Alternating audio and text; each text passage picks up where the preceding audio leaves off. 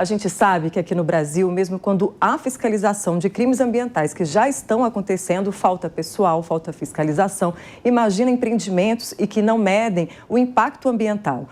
Eu acho que a gente precisa parar de ver o meio ambiente como impasse. Obviamente, é preciso melhorar a burocracia, as 3 etapas hoje necessárias para se conseguir um licenciamento, às vezes demoram anos, justamente por falta de pessoal, por falta de estrutura nos órgãos ambientais, mas a gente não pode atropelar esse processo sem investir nos órgãos e tirar a autonomia deles, né, para que forneçam. Não é que não possa ser feito, é dizer, como a ministra de Meio Ambiente mesmo diz, é como pode ser feito.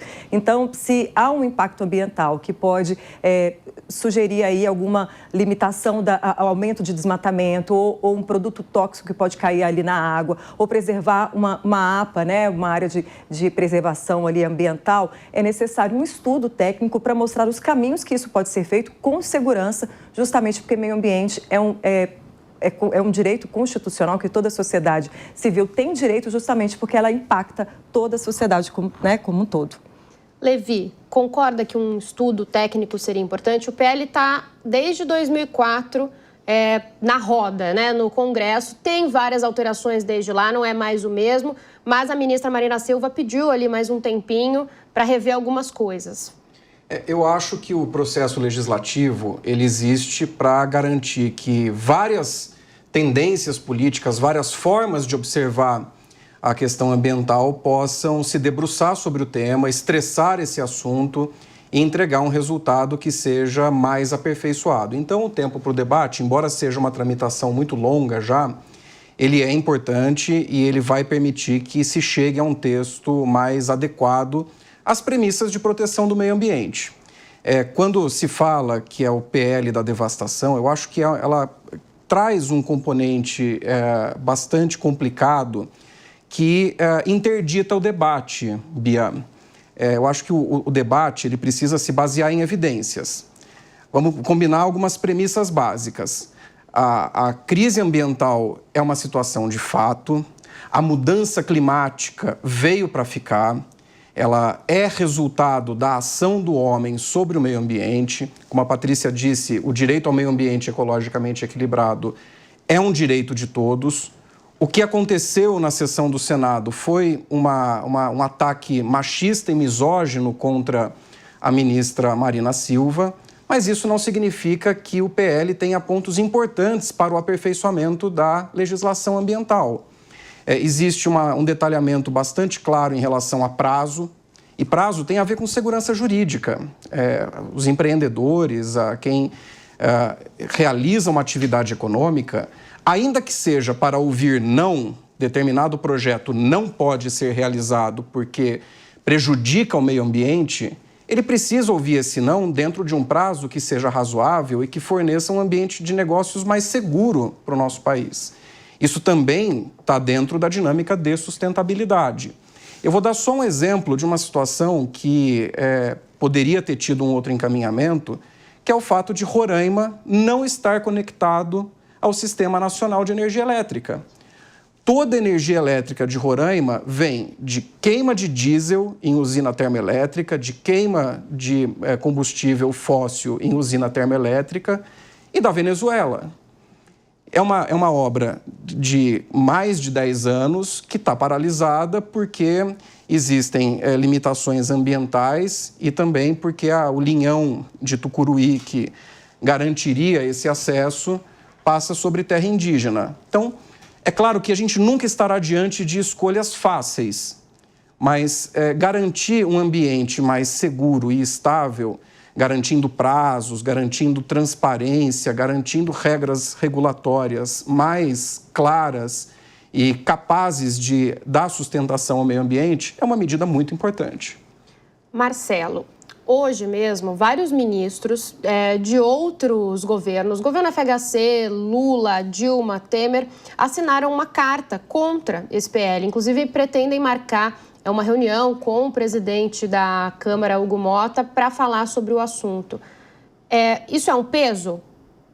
Com certeza, isso é um peso. Eu acho que vivemos um momento de polarização e o que a gente assiste são pessoas buscando sempre viés de confirmação. Então, aquelas pessoas que são pró o desenvolvimento econômico a qualquer custo, elas vão efetivamente defender o PL e vão se apoiar nos pontos que o PL tem de positivo.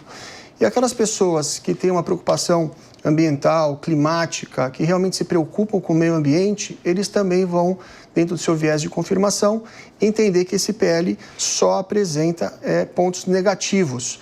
E a verdade, ela não está nem de um lado e nem do outro, mas é difícil a gente encontrar hoje debates e posições que sejam mais moderadas. O que o PL tem de interessante? Existe uma padronização de legislação, realmente a legislação ela é muito esparsa, são muitas normas. Você tem ali uma dificuldade, como o Levi falava, em relação a alguns prazos e alguns tempos nos procedimentos, você tem insegurança. Mas, ao mesmo tempo, quem vem defender o PL e diz que não existe um custo ambiental, também está faltando com a verdade, porque ao ler o PL, ao estudar o PL, a gente verifica sim uma fragilização, uma flexibilização de normas ambientais. Não dá para dizer que não existe um custo, mas também não dá para dizer que o PL aniquila por completo essa proteção. Ele diminui a proteção, ele flexibiliza para conseguir dar mais celeridade, para conseguir atender a uma pasta e um interesse em desenvolvimento econômico. O que está sendo valorizado neste momento no Brasil é desenvolvimento econômico. É o que a gente vê na questão da margem equatorial, é o que a gente vê com a questão do desenvolvimento de infraestrutura, que traz pontos positivos, traz pontos de economia, traz desenvolvimento socioeconômico, que o Brasil precisa. Mas, de novo, a que preço, a que custo? Encontrar esse ajuste fino é uma tarefa muito difícil. E o que acontece? A polarização o tempo todo. Fica um debate muito enviesado, onde um nega o outro e a gente não consegue avançar. Acredito que vai acabar passando e quem vai pagar o preço, em parte, em boa medida, vai ser o meio ambiente, vai ser o clima, as próximas gerações. E falando em preço e em desenvolvimento econômico, acho que a Laura pode ajudar bastante a gente nisso. Tudo que a gente fala, todas as discussões permeiam o meio ambiente, também são discussões que permeiam a economia. A gente está falando de agro, quando a gente fala de licenciamento, de investimentos privados, né, Laura? Sim, com certeza. Quando a gente fala da atividade econômica em si, um ponto que é muito importante de ressaltar é que, independente do que esteja acontecendo ali nas tramitações de aprovações de projetos de lei, a atividade econômica continua. De que forma ela está sendo levada? Então, a gente aqui fala de, vamos criar as regras, essas regras se adequam ou não se adequam, mas também a atividade econômica produtiva, ela está acontecendo. E isso precisa ser olhado também, porque parece que tudo parou para esperar uma aprovação de uma lei. Isso não acontece. Quando a gente fala da questão de tomar decisões, principalmente pautadas no meio ambiente, traz muita polêmica também, principalmente na questão econômica, porque muitas vezes uma lei que vai aliviando muito a barra, ela traz dados econômicos no curto e médio prazo bastante positivos, o aumento da produtividade, às vezes uma redução do desemprego, indicadores econômicos muito positivos. Mas qual que é o sentido de a gente pensar aqui nessa pauta de pensar, bom, eu tenho que pensar na atividade econômica produtiva, mas eu também tenho que pensar no meio ambiente. Não é pensando... Claro, né, existe, né, esse olhar de se preocupar com a natureza, mas a gente está falando aqui da sociedade, a gente está falando aqui das pessoas, né, até porque, querendo ou não, no final do dia, as políticas públicas são feitas para a humanidade, para as pessoas, né, e também a gente sabe que árvore e passarinho não votam. Mas qual que é o grande ponto aqui que a gente precisa pensar? É que se a gente não pensar nesse médio e longo prazo, a gente vai trazer sim uma externalidade negativa para a atividade econômica. O que é uma externalidade? É quando eu tenho ali algum efeito, algum impacto em uma economia e eu tenho ali alguns efeitos colaterais que eu nem imagino que tem relação com aquilo que eu fiz ali. Por exemplo, se a gente tem ali uma alteração, a gente não se preocupar com a questão do desmatamento e isso trazer uma alteração climática, naturalmente vou ter ali no médio e longo prazo um impacto muito grande ali na questão da produção agrícola, que por consequência também vai bater no preço do arroz e do feijão que chega lá na sua casa, que chega ali na sua mesa. Então, é por aí que a gente também tem que pensar, porque quando a gente fala de economia, quando a gente fala de política pública, a gente conseguir traçar algo que vá ter muita coerência olhando para o curto, médio e longo prazo, chega a ser cruel, até porque um mandato dura 4 anos. Patrícia tinha pedido a palavra. Pois é, o que eu penso em relação a isso é que o meio ambiente, claro, ele não deve ser entrave econômico. E quando a gente pensa em gestão de risco, a gente tem que olhar o meio ambiente. Por exemplo, eu estava num fórum nessa semana, o maior fórum de sustentabilidade corporativo, e lá se mostrou muitos investimentos, por exemplo, de uma fábrica de refrigerantes em água, em lugares, por exemplo, no Cerrado, na Amazônia, na floresta, nas comunidades indígenas, porque comunidades indígenas protegem florestas, se as florestas estão protegidas, a água, as bacias são alimentadas ali pela água. Por quê? Porque a matéria-prima da fábrica de refrigerantes é o quê? A água. Então, se pode ter uma seca severa, se impacta o recurso hídrico, impacta diretamente naquele negócio.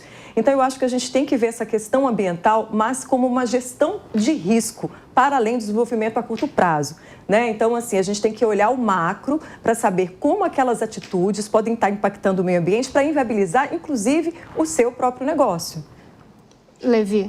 Eu acho que o que a gente está fazendo aqui é qualificando o debate público, trazendo posições que são concordantes em um determinado ponto e podem ter algumas poucas divergências.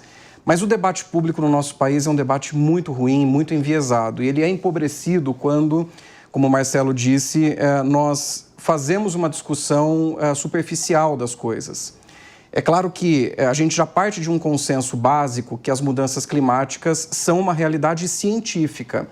E isso precisa se estender para a análise de qualquer questão prática que envolva essa temática. Então, eu acho que para além de discussões que são muitas vezes ideológicas, de parte a parte, do segmento ambientalista ou do setor produtivo, a gente tem que focar a nossa discussão com base em evidências. Para mim, é uma evidência muito difícil de engolir, de tolerar, que Roraima não esteja ligado, até hoje, ao Sistema Nacional de Energia Elétrica. Então, o que será que de tão exótico e bizarro aconteceu na tramitação desse processo para ele ter levado mais de 10 anos para ser aprovado? Então, eu acho que até a pauta ambientalista poderia se qualificar e ganhar mais centralidade no debate público, ganhar adeptos, se esse foco com base em evidências também estivesse presente aí, não fossem também questões ideológicas envolvidas, porque também, Beatriz, nós temos uma queda de braços entre a burocracia estatal e o setor produtivo. E eu, do alto dos meus quase 40 anos, já não acredito mais em mocinhos e bandidos. A Patrícia trouxe aqui exemplos do setor produtivo que mostram preocupações muito expressivas com o meio ambiente. Então, também é uma disputa de poder. É uma disputa entre uma burocracia estatal que quer ter reservado o seu poder de dizer sim ou não, ou até mesmo de não dizer nada e, com isso, eliminar ou aniquilar um empreendimento que precisa de uma resposta ainda que negativa, e os setores produtivos que também querem passar boiada. Eu acho que nem a burocracia que busca reservar o seu espaço de poder pelo poder que isso significa, nem o setor produtivo que quer passar a boiada estão certos. Até porque a inexistência de prazos, a inexistência de parâmetros claros de segurança jurídica, eu advogado, Marcelo também, a gente sabe que isso é sempre um ponto forte de abrir espaço para a corrupção.